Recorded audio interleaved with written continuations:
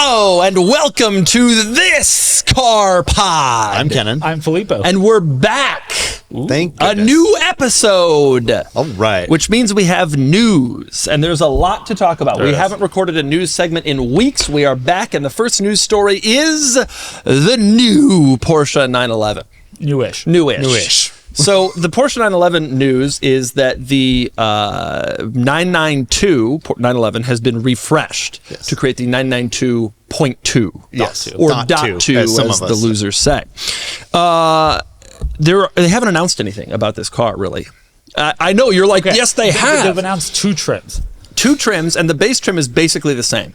The only real change they announced is to the GTS model, which now is getting a hybrid component, a new 3.6-liter flat six and a hybrid component. It's adding 50 horsepower, and it's a hybrid kind of turbocharged. I don't want to get into the technical of it. I spent a whole time reading it yesterday, and I figured it all out. It's beyond what we talk about here. Yes. My understanding is they're also offering no manual transmission on the base model anymore. You can't. They haven't. Yeah. So the regular Carrera is already not available right. as a So- but they'll come back with a stick. They just haven't announced any of the other 992.2s, which is why this news is not tremendously exciting to me. In fact, people made kind of a big deal out of this, but like It's the first hybrid 911. yeah, but they went to the first turbo 911s a couple of years ago, and like it's gonna drive like pretty well, like a 911. The GTS has as much power as the Well, it is a 911. It will drive great. Right. We all know that's going to be. It's gonna be a reality. 911, and it's kind of lot of talk about the front end. it's not a plug-in hybrid. So the result to me is that I think it's going to be a lot, just kind of like it's car. Like I suspect you won't really be driving it around. You won't really notice the hybrid component all that much. I think that's right. People Which is on the right way Renlist- to do it, by the way. Yeah. For a 911. For a 911. Mid-year transition. People on Renlist are freaking out, saying that the previous model is going to be now incredibly desired because the new one's gone to hybrid. I don't know. The previous one was already a small displacement turbo motor. Well, if anything, the one before that is right. The 991.1, but those haven't really, So like, I don't think that's true at all. people just like the newest and the fastest and the most exciting. And Porsche's going to engineer this very well, and I'm sure it'll be wonderful. Two other changes. So the GTS is as powerful as the turbo, the .1 turbo was. I'm sure it'll be incredibly fast. Yeah. There's no longer a little key on the left Yeah. side of the What button. is the deal with that? I don't know why anybody cares. Well, because Well, it's not a Le heritage. Mans start. No, it's still on the left. Yeah, I know, but you you twist get a in, key. Porsche's all about analog engagement. You press a button. Listen, when I get into that Do car, you think a Macan has had a key? no, but you know what it has? Do you know how they've done this? They have like a little, but I thought the Macan had a button now. No. That's an interesting question. I'm not sure. I can't remember. It's been a while since never I've been been. in a I haven't been in a new Macan yet, and it's been a while since I've been in a new Cayenne. But they have had this little switch that you twist. It seems equivalent to a button. Well, why is it worse? People seem to be up in arms about the button thing. Frankly, I think it's just they're very incremental design, and every time any little thing has changed, there's a lot of talk about it. But if this were any other automaker, this would be a footnote that a small hybrid version was added to one trim level and a button instead of a switch. Right. But it's a 911, so it's a big thing. Yes, the front end. You don't front like end, yeah. A do you lot not of like? people say they don't like these slats, these vents across the front. I don't find it that offensive, to be honest with you. I think it looks like a 911. Such minutia. It's minutia. Filippo's off. He doesn't care. Yeah. This is not a Porsche podcast. We don't get into the little stuff. Next news story, please. All right, there are a lot in the month that we've been off the air. With news, there's been a lot of new EVs announced. I'm going to talk about them for literally a second each. Blazer EV is actually out on sale. So is the Honda Prologue and the Acura ZDX. Apparently, There is no way they're selling Prologues. There's no way. there are billboards for them, and I believe There's they're a at billboard dealers. down the street for the Honda just Prologue. so weird. Yep. And I believe they're on dealers. The ZDX is coming out soon, which is the Acura version. They're all What would be honest. What would you have to be paid to drive one of these cars? If they gave it to me for free, I'd drive it. You'd drive. Which is the least desirable? It's got to be the Blazer. You know, you would think that, but because of that, it's the most desirable.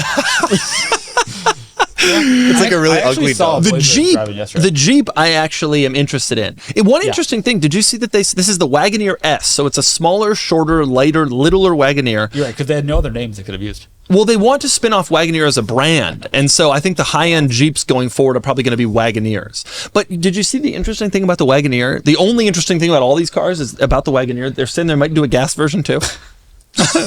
Really? So Only they had a car that exact. The Wagoneer is the size of a Grand Cherokee, basically. yeah, that's right. But honestly, it looks a little better. It does look better, and it's. But for those wondering, the Equinox and the Cadillac Optic, whatever that one's called, something like that, are normal pedestrian EVs. The Wagoneer S is more powerful. It has like the same 800-ish horsepower that all the high-end EVs have. Would you care about any of these cars unless they hit you? I haven't listened to a word you guys have said. No, I wouldn't. I'm just looking at like what will be in the rental fleet when I go on vacation. I'm trying to find something salvageable interesting about these cars, and I can't find anything. You can't find anything salvageable about the ZDX. Do you remember the first ZDX? These three are Yawn City. They're the same basic car. I assume this is also the same thing. I think that's an Equinox. Nobody knows what this is. It came out a week ago. Nobody is. But what's the difference between these two? The Equinox, as with the real Blazer, is smaller. I've never understood the difference between the Equinox and the Blazer in the gas-powered lineup, and now they're screwing me over on the electric lineup, too. Sorry. Are you saying that you understand the difference between a Honda CR-V and a Honda Passport? Same thing. I don't understand why the Passport exists. I think the Honda Passport is one of the most embarrassing cars on the market today. Selling poorly, and that's the exact same situation. I've seen like 4, and it's people, they probably couldn't find a pilot on the lot. Let's go on to the next legitimate news story, please. Real one. Here we go. The Ferrari. Now it's 12 cilindri. Or as we will call it, the 12 cylinder. Yes, always good to name your car after something that's impronounceable to a lot of people. Also, imagine a German trying to say this. Has Ferrari this. naming gone that bad? Like, yeah, yes. I mean, really think about it. The 812 was okay, but yeah, La Ferrari was the first one that was really a dumb name. I mean, even Enzo. Enzo was the first dumb name. Right, Enzo was the first dumb name. 458 Italia also was kind of like. Because remember with Enzo, they wanted people to say Enzo Ferrari instead of Ferrari Enzo. Yeah. Remember that? Yep. This isn't the Ferrari Enzo. It's the Enzo. You call it the Enzo Ferrari. Why is the Dino acceptable? Well, it was named after his son. Well, the Enzo's named after the guy. No. But they're both stupid. Well, the Dino was the Ferrari 246 Dino. GT. That was the name of the car. Oh, right. So there was a number of pharmacies. I'm telling you, when the Enzo came out, they wanted you to say Enzo Ferrari. Anyway, the 12 cylinder. Yeah. This is a big deal. So this is the 812 replacement. This is it's got a 819 horsepower, 500 foot-pounds of torque, NA V12. Okay. Now, we all thought Yes. that the 812 was the last. Yeah. And then the 812 Competizione. Oh, this is the last. Well, here's a brand new NA. It's not even NA. hybrid assisted. No. And what's going on here? We were told, and I made videos, Kennan. You're on record. I'm on, probably. I don't remember, but I probably. Well, so is the whole automotive Everyone, community. Top Gear. Jeremy Clarkson told me the last V12 was that 812. I remember watching that episode. Yep. I guess they found a way for it not to be. I don't know. But what's wild to me It's is the same engine. It's not even. They're not even like, ooh, we're gonna do like a hybrid assist. We're gonna come out with this littler displacement. Nope. We're just gonna keep going. right. At some point, it has to end. Yeah. By the way, this is the same engine that was in the Enzo Ferrari. It's the same architecture, and they've continued to develop it for this long. Heritage. But I mean, yeah, it is wild that this car exists at all. I'm kind of surprised that they've done another thing like this. I truly thought this would have been a hybrid at least. Yeah. I understand they want to keep a 12-cylinder GT flagship car around, but you got to imagine at some point the hybrid's coming. But So evidently this is an 812 replacement. This is the next generation. 599, 8F12, 812. This is it. The 12 is the flagship 12-cylinder GT. By the way, everyone's going to call it the 12 cylindry. 100%. I'm just going to call it the 12. I'm not even going to bother with the cylindry part of it. To be fair, they already had the Ferrari F12, so why not? 12. Now it's 12C. But so what do we think of how it looks? It's supposed to be like a Daytona. Well, the front end is clearly Daytona. Yes. I mean, the wraparound headlights and all that. And I think the front and side, I think it's beautiful. Yeah. The rear, I don't know exactly what they're doing with all this. Like on the, they kind Is it a hatchback? Yes, it is a hatchback. It will be just like the 812 and the F12 prior to that. And the Daytona. Except that's not true, is it? The No, Daytona, has a trunk. The Daytona looks like it should be a hatchback. But it wasn't. It wasn't. They decided to make it impractical.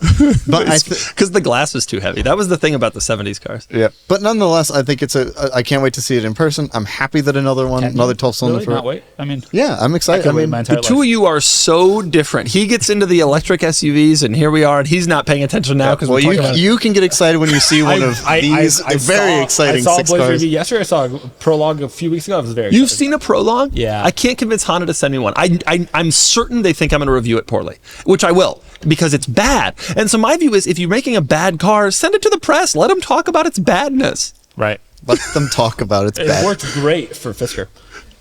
I thought that was a At good any car. rate, I will be very excited when I see these around because we will see them. So 819. How much power did the 812 have? 789 horsepower. Oh, right. So this is rounded up to 800 PS, and this Right. is also 830 PS. But in the real world, 819. And So everybody who bought an 812 thinking that it was like the end of the line, right.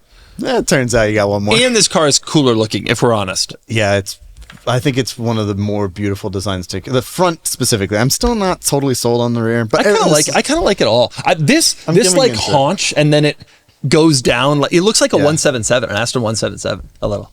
Interesting. The wide rear and then the flat, like, I don't get forward-facing 177 front, but well, similar word plus number naming convention. That's his contribution. Well, because it's 10NE 77, isn't it, in the Aston Martin branding? Yeah, 1:77. Is that true? Yes. But, oh my God. Nonetheless, they also announced the at the same time, so the Coupe and the Spider are coming out together. That's right. So there's a Spider, which is kind of it's interesting. So it's not the 812 GTS. They brought that name back, and now they want to continue it's that copyright thing that they got in trouble with, or they have to keep it relevant. So with that in mind, I am surprised that they come out with a new name for a car, and that the name is 12 cylinder. I know. Ferrari hasn't come out with like a truly new name. They just keep reusing old names, the Lusso and the Daytona, etc. There's been a lot of them. Very funny that they didn't decide to call this the Daytona, considering, I don't know, it looks like one. Instead, they called the SP3 the Daytona, which is a an alien spaceship. A mid-engine spaceship-looking car. So one that literally looks like the Daytona. Maybe they thought that was two on the nose, so they called it the 12 cylinder or whatever. 12 cylinder. Can I ask a legitimate question? Sure. Were all 812 super fast, or was it just... Dude, that was the dumbest name of all. Super fast. Although I think the dumbest name, if history will judge the dumbest name, is Speedster, which sounds like the kind of thing my kid would say. That's a little Speedster. Porsche people are up in arms now. It's not stupid. If you really think of it, not all 812s are super fast. Only the coupe regular. The convertible was a GTS. Okay. Super fast, unrelated. Like you go to the dealer and say, I want a base 812. It's a super fast. They can say that's a super fast. You say I want a GTS, that's not super fast anymore. You want a Competizione, that is a football helmet. It does look like a football helmet. All right, that is the Ferrari 12 cylindry. It looks really cool. I'm thrilled. Oh wow, we're on it. Jeez, I'm thrilled at the V12's continuation, aren't you? I am. SP3 and it's still around. And an SUV. I mean, that's pretty cool. Yeah, it's in the Purosangue too, huh? Yeah, it is. We're living in a very cool time of 12-cylinder Ferraris, and at some point the end will come, but we just don't. But I don't. But maybe not. I'm no longer going to make claims to that effect, because it was clear to all of us that it would, based on the fact that all the other automakers have kind of been making this switch, and Ferrari seems like, nope, we're going to keep doing it. It's interesting. It is interesting. That's, to me, the most interesting thing about this car, is the fact that they're just doing it. They're just doing it. Yeah, I certainly agree. It's not there are a lot of interesting aspects about it, but obviously the engine is so important that the car is named after it. And AV12. Especially interesting because they have gone small displacement turbo plug-ins for other model lines, but this continues. Well, and there are rumors that the next supercar they're working on is going to be a turbocharged 6-cylinder hybrid that makes 1,000 horsepower, allegedly. That won't have a 12-cylinder engine. So, I don't know. We'll see. But that's every what car saying. like that comes out makes the Carrera GT more valuable. Every single car that comes out. And every Ferrari that came before it. Yeah, and all those cars, all those analog cars. Yep. Speaking of supercars, sorry. We got this Cadillac thing. So Cadillac announces the other day, doesn't announce, but in some interview somewhere, I didn't really dig into it. So their head of design is like, yeah, we want to make a supercar. Yeah, we want to make a hypercar. It's like, what? Really? Why? What did they decide? We didn't waste enough money moving our offices to New York. We gotta, and then back. By the way, they shouldn't have moved back. That was such a mistake. Instead, we should build a supercar. The thing about it though is having a hypercar or a supercar as a flagship has been successful in some cases. Yeah, it really helped Lexus a ton. It did not help Lexus. They executed it worse than any car company has ever executed anything in the history of the automobile. The R8 was the one. Do you remember R8. the Dodge Nitro? Sorry, off topic. But nonetheless, I mean, I guess it's to celebrate. Like Cadillac has been doing quite well in motor racing and motorsport in general. They're trying to get into Formula One. It seems like they're being blocked at every possible corner to do that. But they want to compete like motorsports and like fast and cool to maybe continue to get rid of that stigma that they're only owned by old people. It's interesting because I now have started to think of Cadillac as a brand transitioning to electric cars. We always think of the Escalade. But they're actually, if you really think about it, they're actually really still trying to shake this old person stigma and really, they've got the V Blackwing cars, which are very exciting and very thrilling. Oh yeah. They've got, and Escalade V, that performance is still like a thing in their minds.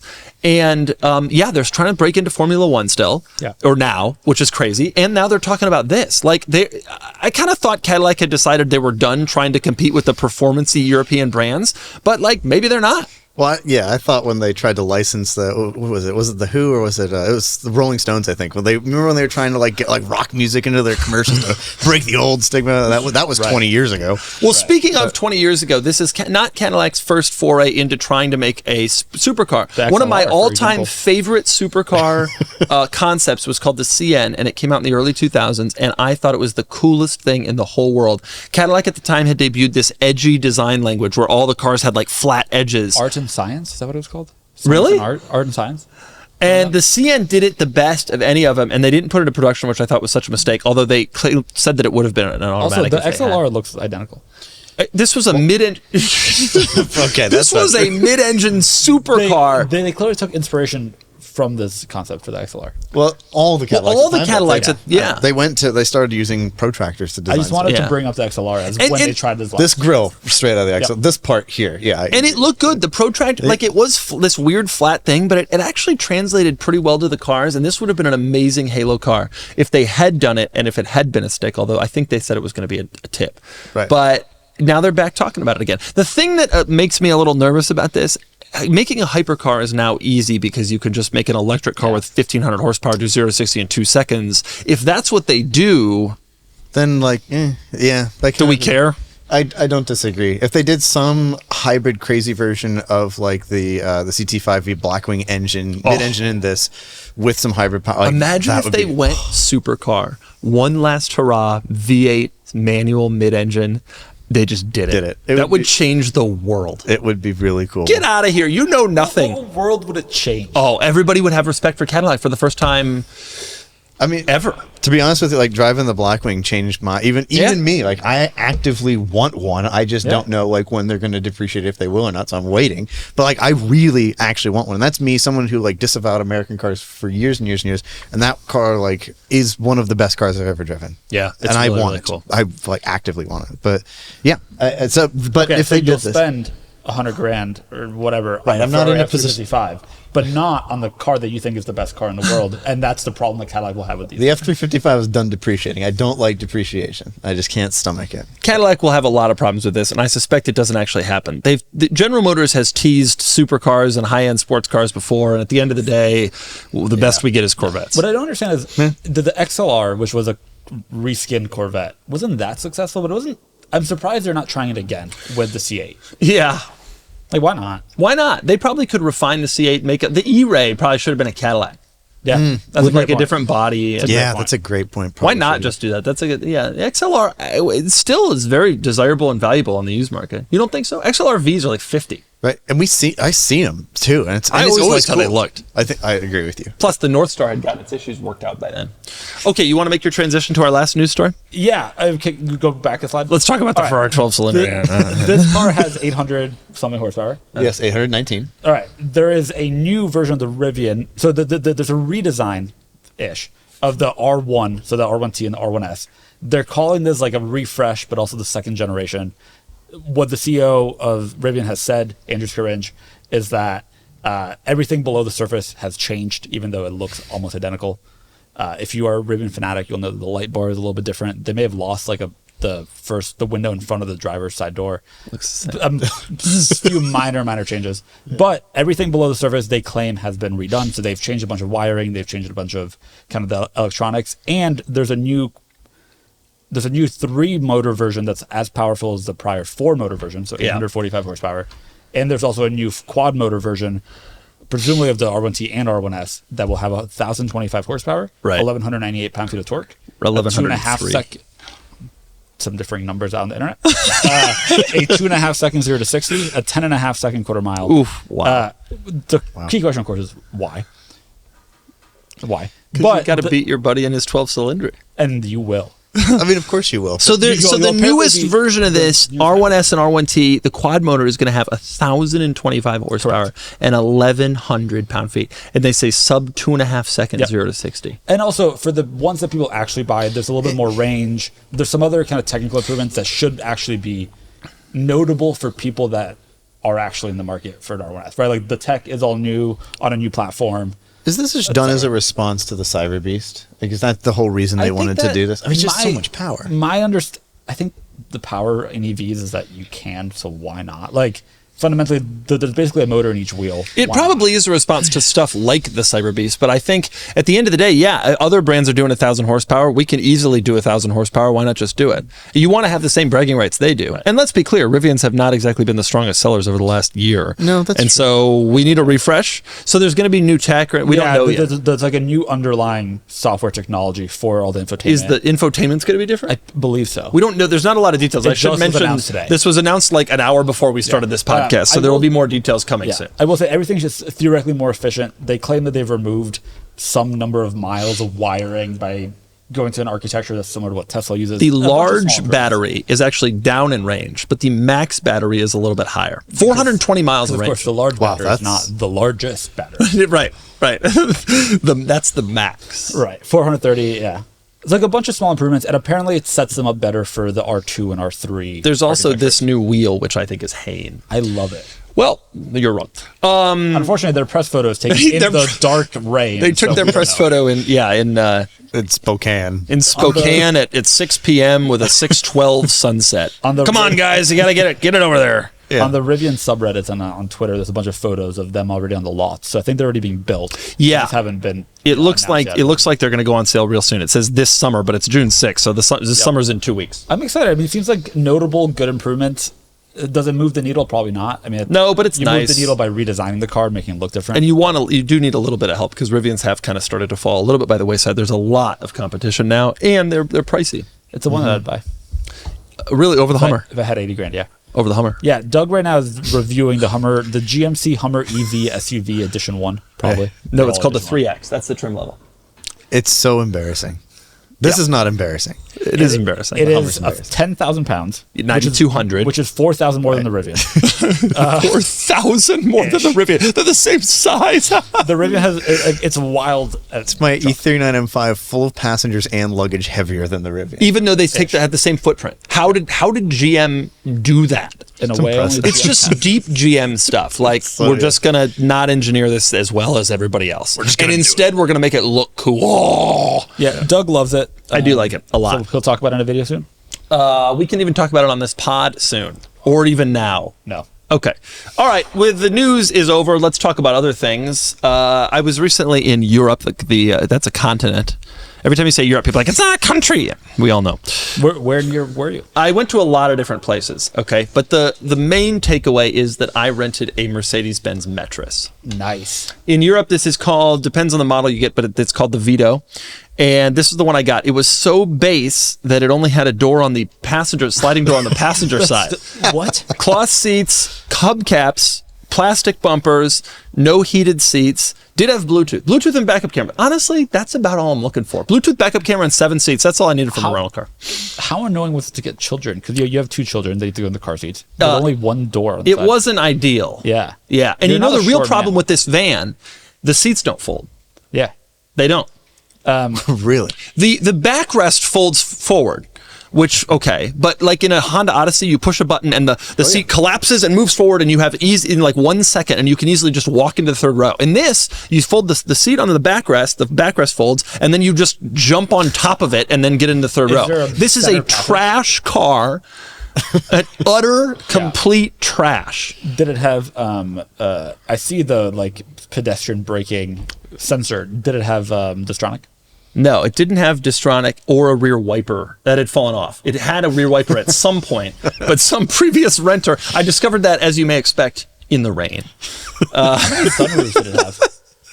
It didn't have any form of sunroof. I think that's a reflection of the roof racks. Yeah. What a great car. Yeah, utter and complete trash. Did you enjoy driving around Lake Como, famous for its tight streets? You know, the one benefit this van has, and the reason I've now realized that they're popular in Europe, instead of our vans. There is a reason. They're narrow. Yep.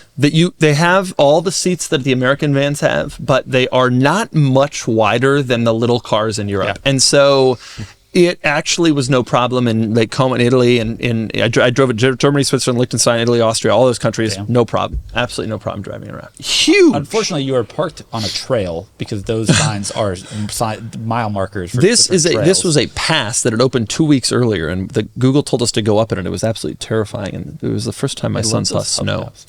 Okay, that was the Mercedes-Benz Metris. That's my contribution. I also went to the BMW Museum. Nice. in Munich. BMW felt. A diesel 5 Series. Let me tell you what happened. I walked into the museum. I was very excited. This is the 5 Series room. I thought to myself, there's going to be rooms for all the cars. There were not. But this is the 5 Series room. I sent a picture to Kennan. Yeah, I was so excited. Look at that nice pre-facelift E39. Looks like a 540 with the sport package. You think it's a 540? Well, it's got the wheels for the sport package. Dude, they were all super base models. They were all like 518s and stuff. That E34 looks great. E34 though. Like, looks color awesome. is beautiful. Like, this is a 524 TD. They couldn't find a 535i. This is for the museum. They were all like super base model. Even the new one was like a 518 non-injected. Finding well-preserved base models is tough. But why did they pull it off the line at the time? I know, Come they on. should have a nice one. Anyway, I went to the museum. It was actually kind of a disappointment, to be perfectly honest. The museum is geared for people who are like tourists visiting Munich. And so I was wanting to see all these cars. And really, it's a lot of like this was the entire M room. Wow. Every M car that they had was here. There was an M1 behind me too. That was it. And I spent the whole time in the museum walking around looking for an E39 M5. And Kennan was asleep when I was there because of the time difference. And I sent this like long text, like, is it in this room? Is it in this room? Here's a picture of this room. It's not here. You always know he's gone on a tirade. When you wake up, you have 150 text messages. Like, oh, well, okay. And in the end, the only E39 M5 was a 1/43rd scale model, which I think really twisted the knife because he doesn't respect 1/43rd as a scale. Right, 1/18th or nothing. I mean, come on, don't be ridiculous. Wow. Yeah, 1/43rd. That's a toy. But that is so. I mean, I'm not at all surprised. Not to speak badly of BMW Classic, but they don't do the best job supporting their older cars, especially their icons. But the E39 M5 deserves respect, and you know, it's sad that it's not in there now. Well, instead there was a Z3M Roadster built in South Carolina. Can I ask you a question? Do the license plates have any meaning? Well, they all start with M because they're all in Munich, but then none of them are registered. They don't have I don't know. I feel like you're running the museum. You own that car. You can put whatever you right. want. Put the license plate on that says BMW Museum. Right. So, yeah. Something. Not the actual license plate it was registered I was to. surprisingly disappointed. I will say it was only €10 to get in. That's not bad. But it really didn't have all that much stuff. It really was just for tourists who like visit Munich and like want to see, like, if you're a car geek, you're not going to really geek out at this place. There's not all that many cars. There's a ton of floor space. There's not many cars. There's like an Elvis room because you get a 507 and it's like, I don't care about that. Okay, I'm sorry, I don't care. I want to see variants of the X5. I want to see clay models of the X5 before it went into production. Yeah, Right, and then I want to see an X5 LM. I want to see that car out. But now, granted, that was at Villa d'Este. It's where it was, but not at the museum. BMW does have this incredible treasure trove of cars that BMW Classic has in some secret warehouse, and they filmed some amazing videos on their YouTube channel. Yeah. Somebody told them they can't be longer than 5 minutes though, and they're all like really short and very disappointing. And they could go on for hours and people would watch. But there are I would pay multiples of what it costs to get in here just to walk around. Yeah, I would pay hundreds of dollars if I could see the whole skunk works going back all the way 70s, 80s, 90s, all the weird, because we know there's a lot of them, and every so often they announce a new one from the 90s that they had never told anybody about until now. And it's like, oh my God. Right, exactly. So what are they hiding down there? You know, what are they hiding? And instead I'm looking at a Z3M. Yes. Which, by the way, I love that car, but I want to see an X5 convertible. Remember how Porsche made that Cayenne convertible in the late 2000s, like as a concept? Is that at the Porsche Museum? Probably. But yeah, I want to see. Yeah, that's what I want to see.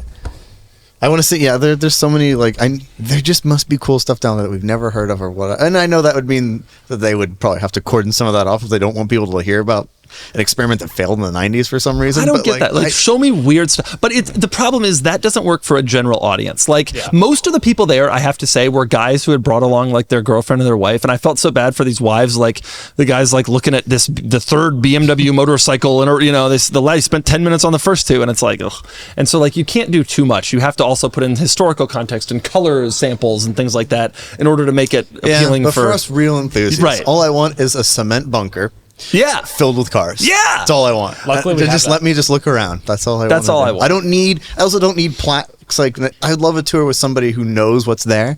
But I don't need necessarily plaques telling me every little detail about every car. I just want to see wow. You've been to the Peterson Museum Vault. I have been to the vault. Yeah, I have not. But like that's what they need it's to so do. cool down there. They got the Pope's car. Although the Peterson upstairs is actually really, really cool also. Oh yeah. There's always an amazing amount of stuff. But they have a lot of cars and a lot of floor space. BMW They didn't really. Plus, they had an art car exhibit, and then I went to it, and the cars weren't there. They took them all to Lake Como, and so they were all gone.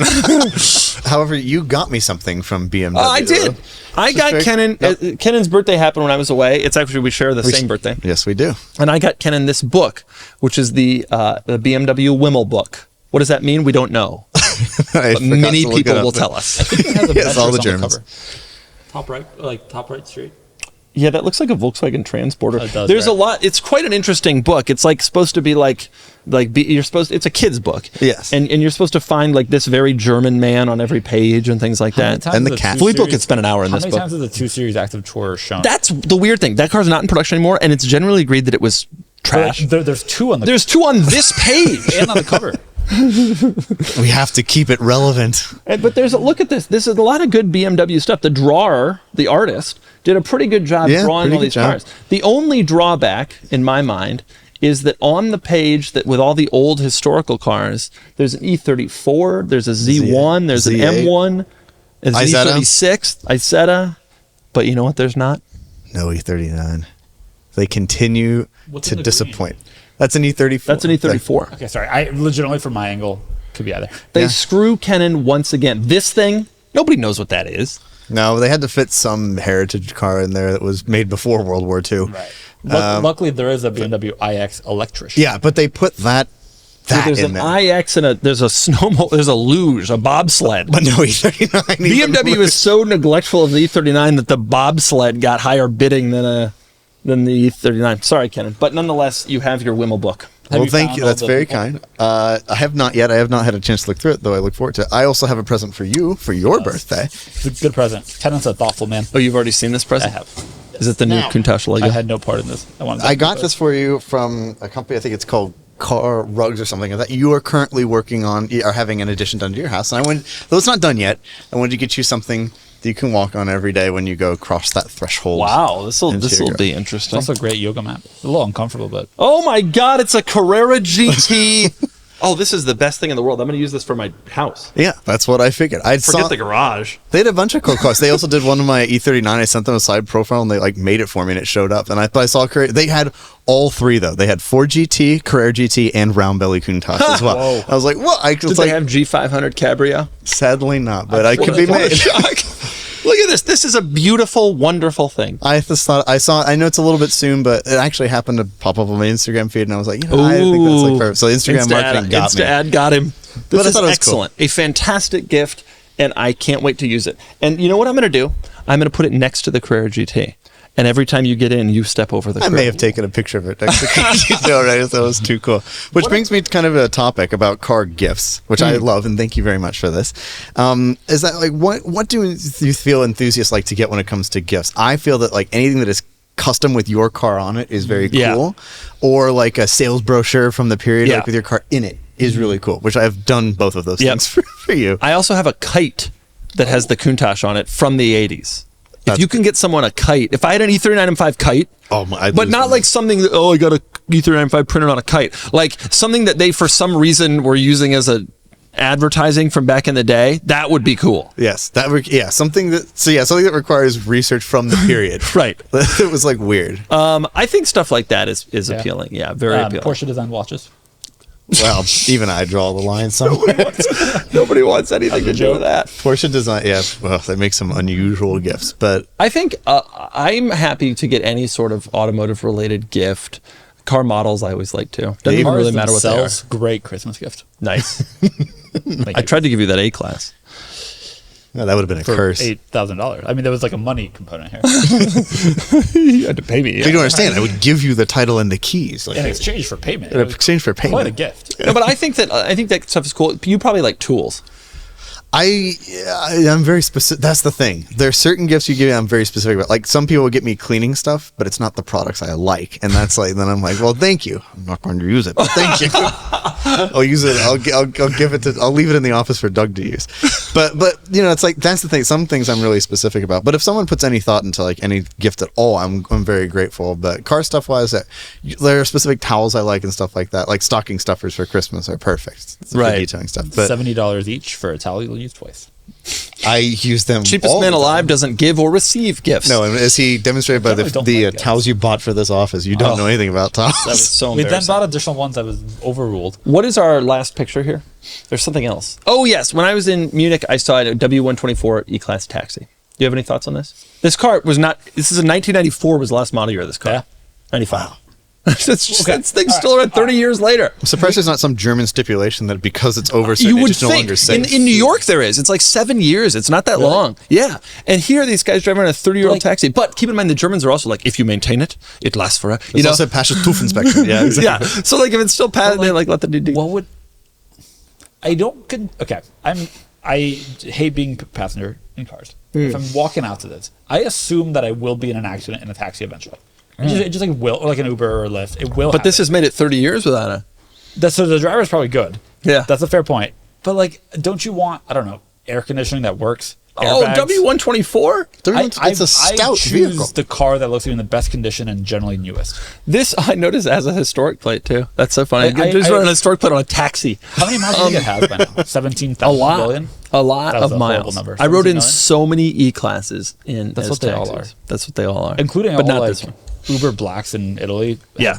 Are E-classes. Yeah. They're like E220Ds. Yeah. And those people drive them. I appreciate that the dude's running a W124 taxi. But also, I would never get in it. I would get in it in a heartbeat. So would Kennan. 100%. It'd be the thrill of our trip. Yeah, rode in a W. Yeah, I'd send pictures to people. Yeah. And then when I get T-boned, you die. No, you wouldn't die. Well, come on. This car was notoriously strong, like ox. For the 80s, yeah, it was great. For the 80s. This car was made through 95. Yeah. When do you think that car came? That little Toyota hatchback thing. So by the same It's like token, an RS. you feel RS, unsafe getting in my E39? That's, Ooh. that's a 22-year-old car. We've done it once. And that's 10 years newer than that.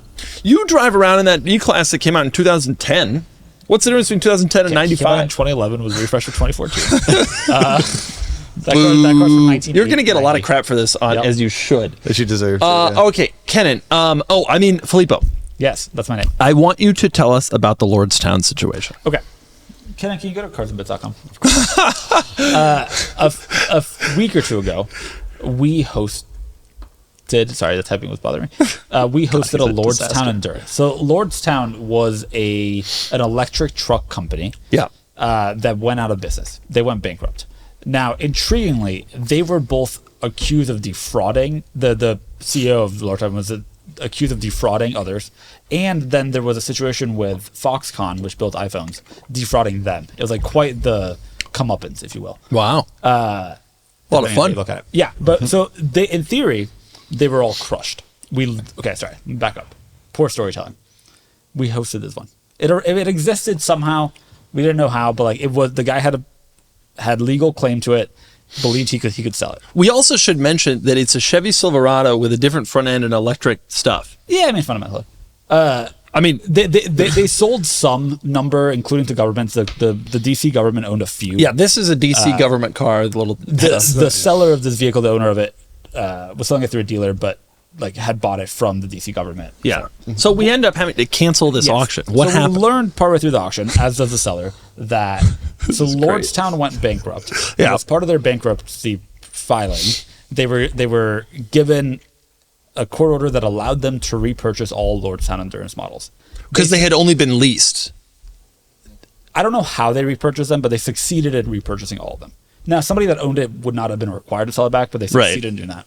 And then they sent them all to be scrapped. And we received paperwork from the company that Lordstown restructured as, saying, hey, look, this was supposed to be crushed. And we didn't want to put a buyer in a situation where, like, they bought it and then they were in, like, a legal issue, which I don't think would have been the case, but like, we just wanted to make sure that our buyers were safe. And it was not the seller's fault. There was, like, just a lot of confusion, and we wanted to avoid any potential issues. But getting that email from the company that now is Lordstown saying, hey, here's a court order showing that we repurchase it. Paperwork showing that it should have been crushed. I'm in Italy. He's like, we got to cancel the Lordstown auction. I'm like, what? It's the coolest thing we got on this site. Cool. It's so insane. And people in the comments, nobody knows what this thing is. I mean, I saw maybe one the whole time they were selling it. I'm from Ohio, so I knew what it was. Yeah. So it was like kind of a big deal. The disgrace of Ohio. And then it got up to like 20 grand. The bidding did, which is insane because it was being sold on bill of sale. Yep. Yeah, it had time to go. It was going to sell for more. We had made it clear from the beginning that it could not be titled. Yeah. And it could not be driven on public roads. Because even on a bill of sale, if the vehicle's not registered, you know what we should have done? We should have bought it and then just done crazy stuff with it here at the office. Because it is not a public road. That's true. That could have worked. Well, I would have driven on a public road, and I wouldn't have sued whoever this new company is. The new company. I would have crashed into all sorts of stuff. The new company's concern, biggest concern was the reason they had bought all the vehicles back, that they really wanted to avoid the liability should something happen while somebody was driving a Lordstown. But I don't understand. What liability do they have? It's a Chevy Silverado with a front end that looks like it was designed by someone who can't see. Let me put it this way. As far as I'm concerned, it probably is just like normal, like Chevy Silverado. They don't have that much confidence in the safety of their vehicle. Of the previous company's vehicle. Sure. Yeah. Well, they just wanted to wash their hands of it and be done. It's what happens. I mean, it's the same reason like prototypes, et cetera, generally aren't sold, right? The company doesn't want any liability. Should something happen, they just want to avoid all. Well, this is almost not. It's not quite for the same reason, but was it the Chevy EV1 in the 1990s? Their electric vehicle. The GM EV1, where they had leased it all, and then in protest to California's zero emissions laws, they brought them back. They brought them back for the same reason that these guys brought theirs back. They didn't want them to be out there. Yeah. They took them all back. They gave a few to universities that still have them as like crushed the rest. As like you can look at this and like show students. And the thing was, no student wants to see the damn thing. It was an electric car that did 46 miles of range. Meanwhile, now a Rivian has 1,000 horsepower and does 420 miles. There's no studying that car, but. That was a big deal because the EV1 was like the first EV, and everybody was so sad that they crushed them all. Meanwhile, all these got crushed. Not a peep. Right. Nobody said a thing. I mean, like, look at it. Which angle is ugliest? And I can't decide. Like, legitimately, like this is the ugliest angle. No, the back, the front on. What is that? Looks like the back on. Also, great panel gap. They did a great job with that. Look at the back though. No, it's just a Silverado. I think the back is okay. It's not good. But it's definitely the front. If that comes up behind you, it looks like. I want to be clear, by the way. We're really giving this vehicle a lot of crap. I loved this auction. Oh, it was so cool. I was all over this auction. I also had several friends text me. You know who texted me? Robert Dunn. He was like, "I really want that thing." He's like, "But I can't title it. Like, I'm not going to spend all this money for a car I can't title." It's incredibly cool. It's really kind of a shame that they bought them all back, right? Like, this is. It is kind of a shame, indeed. Yeah. More disappointing for the people in Lordstown who didn't have jobs to build these things. But after the Chevy Cruze disappeared, they were lucky that they even had a shadow of a job with a company with an idea. It was such a big, because when I would drive to Pittsburgh from Cleveland, I would pass Lordstown, and I saw the Chevy Cruze plant there forever, and then that disappeared, and it was very sad. All the parking lot was empty, and then they had the Lordstown, this like as a huge thing, like we're coming back to Lordstown. And you know what I didn't see any of in Europe? Opel Ampera. Really? Okay, what is our next topic? Is a ridiculous one that Kennan has. The Chevy Volt, but in European markets. To be fair, when's the last time you saw a Volt? A Volt? A Volt, excuse me. I've seen Volts. I behind one today. The Lordstown Endurance. Man, what a shame. What a shame. Great story, though, and sad we had to cancel it, and that's the story if anybody wanted to know. We had to cancel it to just make sure that buyers aren't putting. It was the right decision from a legal perspective. Frustrating. But it's very sad to lose out on one of the premier ugly vehicles that Ohio provided us. And somebody was clearly going to pay like collector car money, right? It was at $20,000. Well, it's the only one. Hours to go. They were the only one that wasn't crushed. There is a rumor floating around that somebody has taken the chassis, so like removed the body, and then put like a camper-ish shell on it. So like used the battery and like the electric skateboard, and with a rebodied like camper situation. So someone took a Chevy Silverado frame and made a camper out of it, but added batteries in the process. Me and you could knock that out on a long weekend with a couple of cold ones. All right, Kennan, what you got? Kennan, what is your amazing thing to tell us? So I was listening to our friend Matt Farah's Smoking Tire podcast, and he was talking about an engine that I did not realize. Now, you're familiar with the Jaguar F-Type, and that it had two engines. Sold a lot. It had a V8. Yeah, it had a V8. And there are cars in the world that have that. That's but true. it had a V8 and a V6. It was also a 4-cylinder. Now, I'm not going to tell him about that. Well, that's below his line. That's below my line anyway. Like the current gen has a 4-cylinder. The current gen doesn't exist. But it doesn't exist. I learned this. The V6 is the V8 with a cylinder blank. So they just took the V8 and were so lazy about their engineering and cost cutting, I guess, that they just like filled it in with metal They're like, that'll do it. The guy who is building my new garage has a base model Tundra, and the fog lights are plastic blanks, but behind them, the wiring completely exists for fog lights. Yeah. And I've heard of that before. I've never heard of this. I also never heard this. Plus, like, V6 and V8s, the angle of the engine, like, matters. Between cars, they change it. Yeah. 90 degrees is usually right for a V8. It is not right for a V6, but they were just like, not a problem. Hey, it works, right? You know, Fill it with metal. What was the displacement of it? yeah, it must be exactly 25% less. You would assume. You know what's interesting, Kennan? We've always in the car biz, we've always thought to ourselves, like, these manufacturers make so much money on these higher trim, on the higher engine models. Like Lexus IS250 versus IS350. It doesn't cost Lexus more to make the IS350. They just right. They're still the V6. It's a little bigger, but here, I mean, this is a great example of that. Like they just it was just margin. It was purely just margin, the V8, right? Yeah. I mean, there's a little bit of work that went into this, but barely. But hard. I mean, yeah. I've never seen anything like this. I had no idea, never realized, and like, man, they're just these. That's just lazy. It's pretty ingenious, actually, and you got to assume that there's other ones out there. Even like this. because like the crankshaft design is also like kind of like you can see the missing. The other two pistons went. Yep, absolutely. I had no idea. Never in a million years would have thought. But there must be other ones like this. They're not the first people to come up with this idea.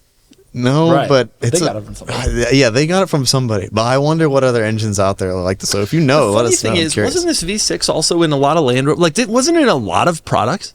Can you look at one on Cars and Bits? I don't remember what. Is it a 3-liter? It was a 3-liter. But the Land Rovers have all used a straight 6 for a while. I mean, the answer is I don't know, but you mean look at a Land Rover? No, look at an F-Type. Oh. I'm sure we've done a V6 one at some point. I'm sure we have. Maybe not. We do a lot of V8s though. It's for good reason. There's a blown V6. Oh, so it's a blown V6. The Land Rovers were using this engine, so they did the same thing in those. This is a great way to make money. Unfortunately, despite the fact that this is what they did, Jaguar has still managed to get themselves into a situation where the only car they sell is the E-Pace. 5. Incredibly not electric. Okay, that is a crazy thing, and I appreciate you bringing it into our lives. Anytime, now you know. There's still a lot more to cover on this podcast, but we are getting further along in time. Let's cover market report, but very quickly. I only want to talk one market, which is the Honda HR-V. Bring it up. Correct. HR-V, please. All right. For folks in the U.S., there have been 2 generations of the HR-V. The one that's out right now and the one before it. Yep.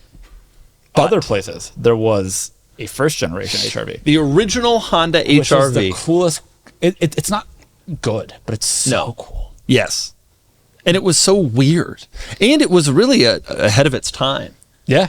Because the CR-V had just come out and this came out. And this had the same 4-wheel drive system. There was no Toyota equivalent. Like nobody was in the subcompact SUV segment at that time. In Italy at the time, you saw some, but it was the only big-ish SUV. Like truly, it was kind of unique in that. It was. They just sold a 2-door and a 4-door. We feel that the 2-door is cooler because it was. 5-door, if you want to be precise. We feel that the 2-door is cooler because it was worse.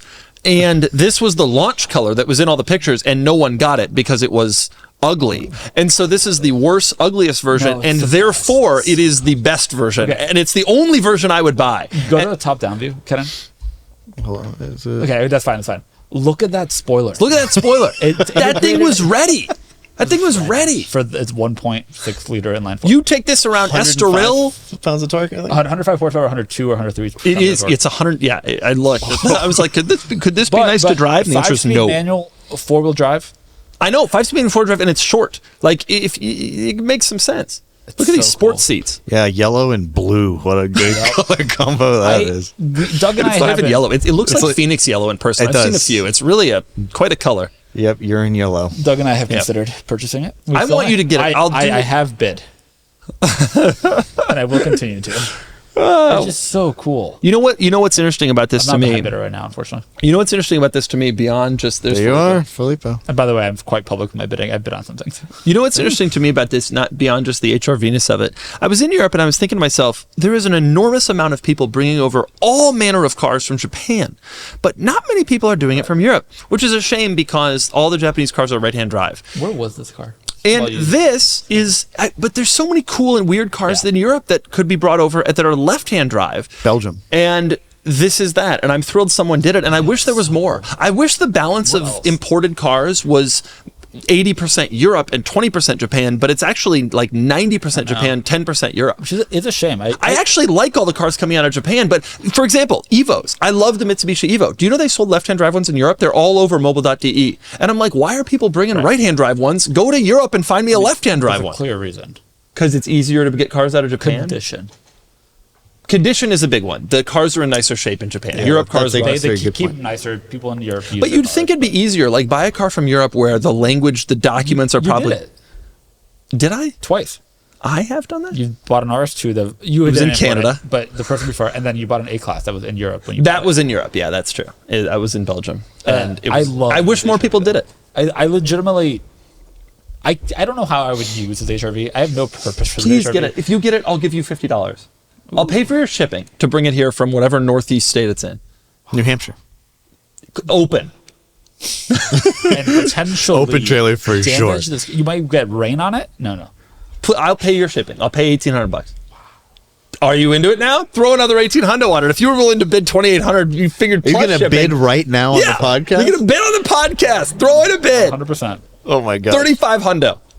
Let's see what happens. What was my last bid? Your last bid was $2,600. It's now at $2,900. So you should be willing to bid. You should be probably plus 15. Yeah, $1,800. You should. I don't know what shipping costs, but I assume it's about from $1,500. Open shipping. I don't know what it costs. $1,500. You should bid $4,100.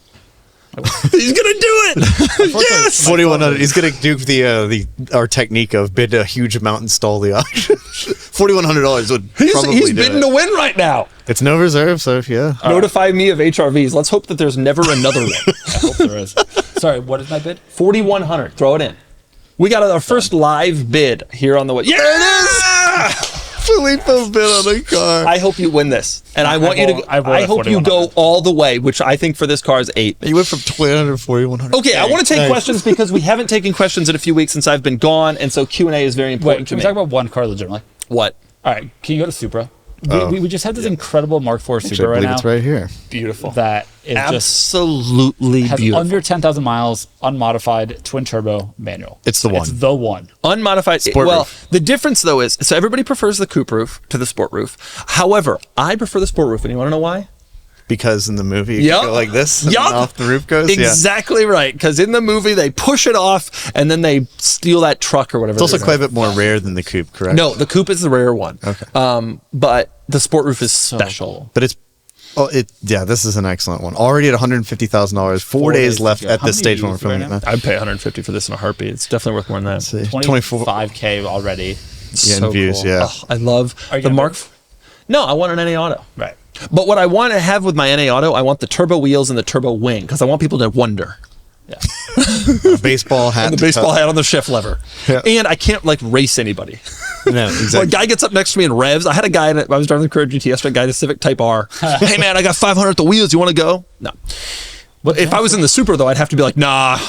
You don't want to know. What's lurks under that hood? I've been dusting NSXs in this. So sorry. What a car though. But really, I would probably not beat a standard base Civic. I'm excited to see where this ends up. I mean, this is if you want an incredibly low, there's no market here. This is just they very rarely come up like this. Unmodified stick with 10,000 miles. A very, very special car. I do kind of think that values will just increase. Oh wow! Even though he said the other day he doesn't think they should. I think they should. I think the Mark IV is so cool. Oh, I mean, would I personally spend that much money? No, he'd spend $4,100 on a Honda crossover from the 90s. Two-door, by the way. He very well might. Actually. All right, on to the Q&A. Leave the Supra up for a little while. Let's look at it. Let's just look at it. I just want to see it. Yeah. Okay. Yummy. What's this? On to the Q&A. Yes. Yes. No. Yes. God, it looks like a Ferrari 250. What? Ponder that. All right, on to the Q&A. Question, this is from Jay Grosset. This is the number one question. By the way, if you want to submit a question, you go into our communities tab. We will have a post there where you can submit your questions and we will answer the top rated ones. So even if the top rated question is, Kennan, where is Emily and when are you bringing her on the pod? We'll answer that. In fact, there is an Emily related question coming up today. So Question from Jay Grossett. This is a question for Doug. This may have been asked or covered before, but I apologize if it has, but have you ever been pulled over while filming a car review? I get asked this question all the time, actually. It is like one of the top questions I get asked, and the answer is no. Next question. Never even been close. Next question from Ted G04. There's a great moment that I don't know why I remember in your Bugatti Chiron video. Yeah, where you pass the police officer. So the Chiron, when I did the Chiron review, we did it in Toronto.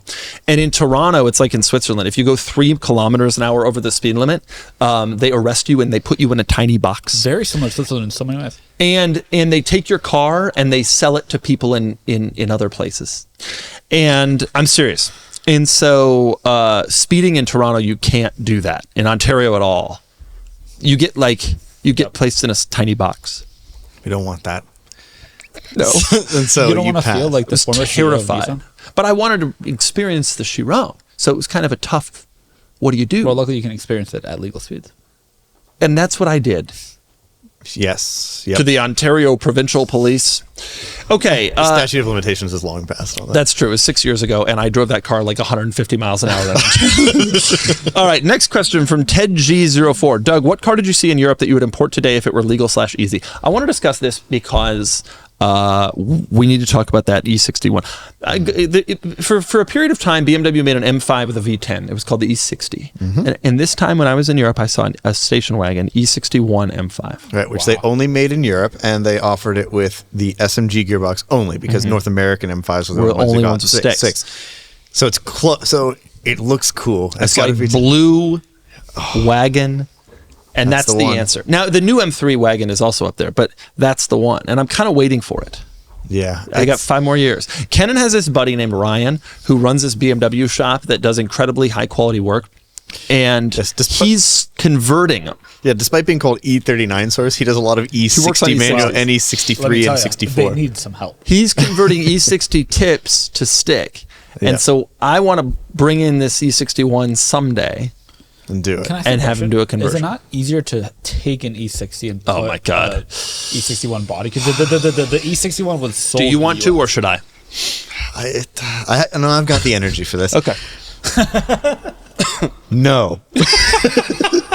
The E60 M5 got a lot of really special touches. So you're not just doing the drivetrain. It's like there's a lot to it that would have to be swapped over. It's an enormous amount of work. It's much easier to just do the transmission. Dude, you'd have to take a 535i wagon. Correct. And the body there was all sorts of body stuff. Well, you can buy an okay, fine. No, you're great. That's what I'll do. I'll get an E61 535i. I'll replace the entire body, the entire interior, and the entire engine. But you could do that today. Driveline, whole thing. And at the end of it, take all that from the. At the end of it, I will have spent $150,000 to create a car that already exists and costs $38,000 in Europe that I could just wait 5 today. It wouldn't be today. It would take Ryan 18 months. It would take Ryan the exact same amount of time, probably. If I'd be illegal. Were there that many differences?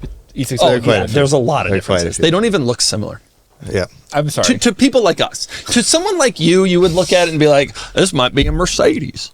Heck, I don't know. Was this a Lincoln? Man, an E61 M5 would be so cool. In blue. The right color combo. Yeah. Man, that'd be nice. Yeah. Rowing your own, too. It'd be legit. That's the car. I wouldn't want to do it if I had to have an SMG. But it's fine. No, of course not. Nobody wants that SMG. It doesn't exist, but Ryan will make it. Right. Bad. Yeah, that's those shift times on the SMG. Next question, and that's the answer to my question. Next question from J3388. This is a great question, and I'm going to defer this one to Filippo, or maybe Kennan, but what leads you to decline a vehicle submission at Cars and Bids? Do you have any good examples, Filippo? Oh, there's a whole lot of parameters. A lot of people, some people submit pre-1981 cars, and we're obviously focused just on 1981 and up. There's non-cars. We get submitted motorcycles. We get submitted. There are two parts. biggest reasons, though. One is condition. Some cars are just in really poor condition. If there's a lot of visible rust, if there's horrible paint, if there's literally dented panels, and we get some damaged cars, that's probably a no.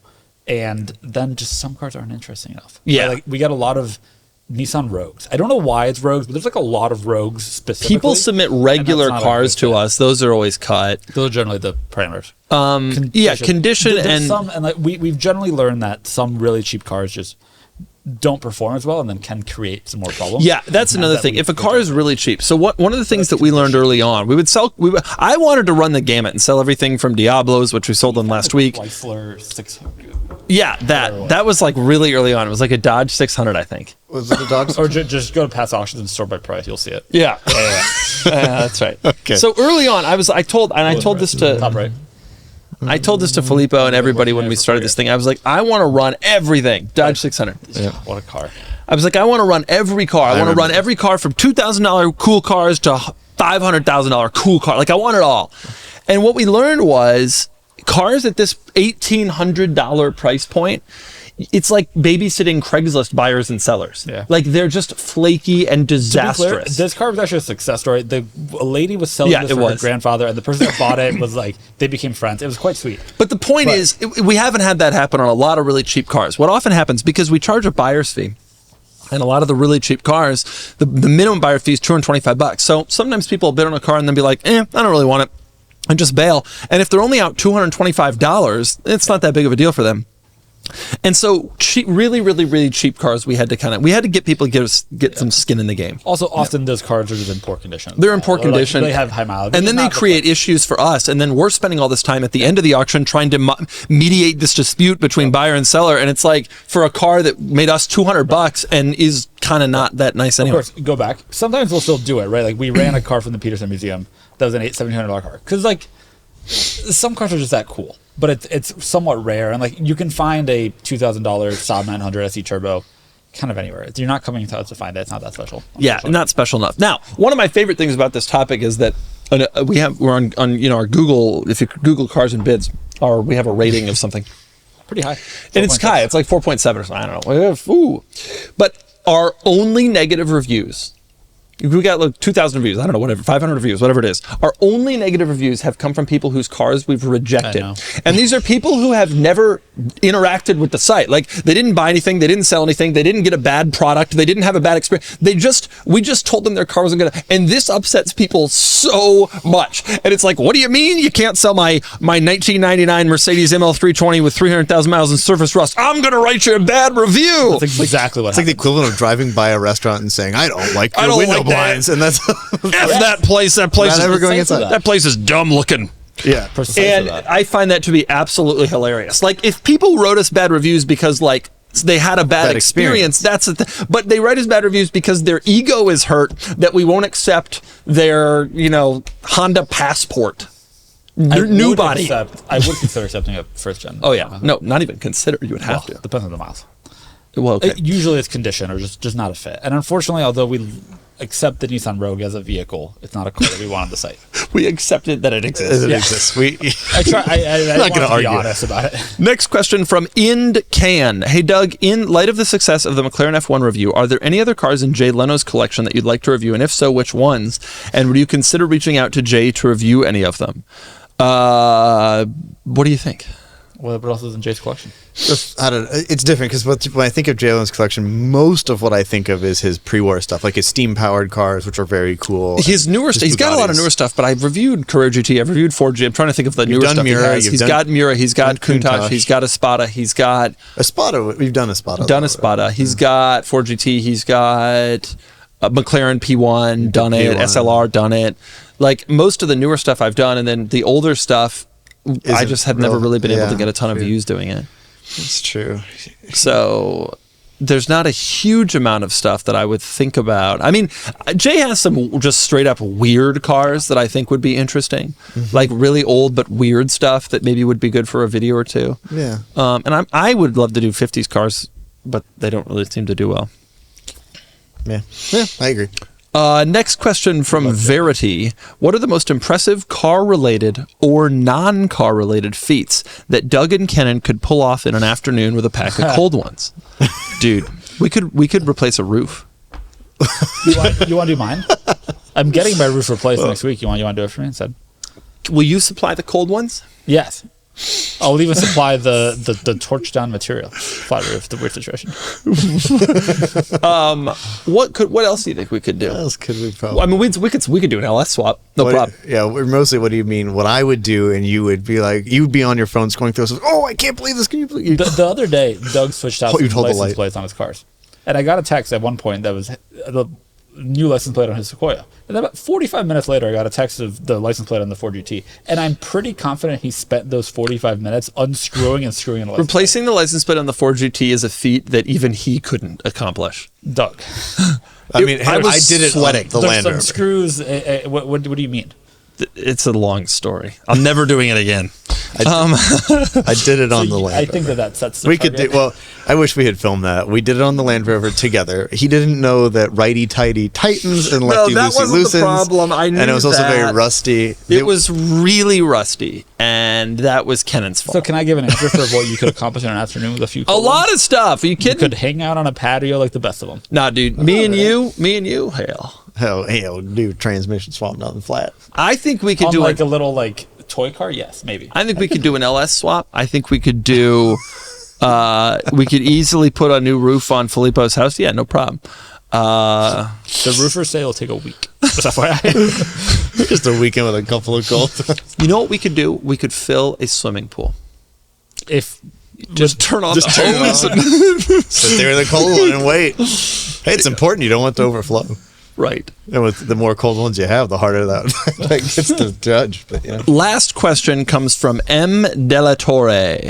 Question for all. What is one car you feel would be cool to have a performance version of that there wasn't a performance version of? He suggested the Jeep Renegade, which is actually probably the last answer that I would have cool given. rally car. I can see it. I don't want it, but I can see it. And I put this question in, and I told myself I have to come up with some ideas here, but I forgot about that and didn't. But there are a lot of answers that I think would be good. Okay, I can't explain why, but my head went two vehicles that are very similar. Okay. There's an Explorer Sport Track over there, and which is a pickup version of the Ford Explorer. You're going to say the Avalanche or the Ridgeline? We were also earlier talking about Cadillac, and my The first EXT. thought went to the EXT. EXTV. And I think an Escalade EXTV would be weirdly cool. I do think that a lot of the cars that I've thought this about over time, they have made performance version of. I don't think there's going to be an EXTV. I never understood why they didn't do a Mercedes GLK AMG, and then they did. CLK? Now they call the GLK, the original small crossover, was called the GLK. Yep, Now it's called the GLC, and they do an AMG version. Yep. I was also always surprised they didn't do an Escalade V, and now they do. Right. Kennan, you got any? Yes, they've never done an M7. They do Yeah. an M760, but no I do real want that M7. too. That's a great example. Kind of, because I mean the M5 is kind of that already, if we're honest. But like they never have done an M7 series. And, No, that's it. and they should. Mercedes prove that there's a market with the S Class. So I know, and BMW's like, oh, this is the hill we're gonna die on. Right. This is the gate we're gonna safeguard. The M division doesn't do the 7 Series. Meanwhile, they make a front-wheel drive minivan, and it's all over the Wimmel book. And they do it right. Can I say my favorite car in this genre? Yeah, what ridiculous The statement. Fiat Panda 100. Which Okay. is the performance Anyway, Fiat Panda. moving It back to actually the reports M7. You want an Abarth version of that? The X7 is It already existed. the X7 is another good example of they refuse to let M touch this. I don't think that's the answer to this question, but they refuse to let M touch the X7, they own and it's like, Alpina. dude, yeah, but like, give me a break. You put the M badge on floor mats in a front-wheel drive 1 Series. Right. Come on. That's a good Series? one. I think the M7 is the answer to this. I'm trying to think if there's anything else that would be good. Oh, you know what car I love? Can you, since we're on a podcast and we're way over time, can you? It's been a while, Can you pull up the Audi A1 Quattro? Oh, interesting. Do you know about this car? Sure, but where are you going with this? Oh, I know where you're going with this. I want one of these. Yeah, They are such a cool, for car. sure. They only made like 300, and they have like 6 million horsepower, and they all had white wheels. So the A1 generally existed, but it was a front-wheel drive. Yeah, it was trash. It was just a little car you looked drove good. around. Man, those turbofan It did look good, wheels. but it was a car you drove around, Italy. Yeah, That is Well, so no. cool. I mean, I saw a bunch from Italy. But this, I'm not exaggerating that it had 3 million horsepower. It not, had... Slight rounding error, Yeah. maybe. No, 3 it's million-ish. slight. It's slight. It's slight. It was 2 million. No, it had 260 horsepower, this car. And a car that small. And I'm telling you, this is the size of like Filippo. literally. And it was 4-wheel drive. And they made 7 of I know, them. it is really Oh, cool. and they were all sticks. I'm surprised your head went to this and not the Nissan Juke. How long do I have to wait? I want a Juke R. How long do I have to wait to import this? It came out in what, 2014, something like that. You got a few years, 15 more. What does it cost? Kennan? I have no idea what the secondary market He didn't even know this car existed until 4 minutes ago. I want one of these. They made 333 of them. They have 260 horsepower, and they were all sticks. So you would, and they all had white wheels. You'd be able to add the lowest power car to your collection. You'd really bring down the average. Yeah, but it's it's probably faster than the Countach and the Sequoia. Did they slower than R1S? Do you know that Hummer EV has twice the power of the Sequoia? You're not talking to the microphone at all. More efficient. How many of them did they make? 333. This is a legitimately special car. Could you submit this car as a show or display vehicle? You know what? You should. Isn't there like a pre-made list? No. They make the list based on what people submit, and then they research it. Some bureaucrat in DC researches it. This one. But look at it. Oh, Jesus. How about talking to the microphone now? Okay, we're long done. The Audi A1 Quattro is very cool. From now on, the Audi A1 Quattro is going to be the sponsor of the podcast. Goodbye, everyone.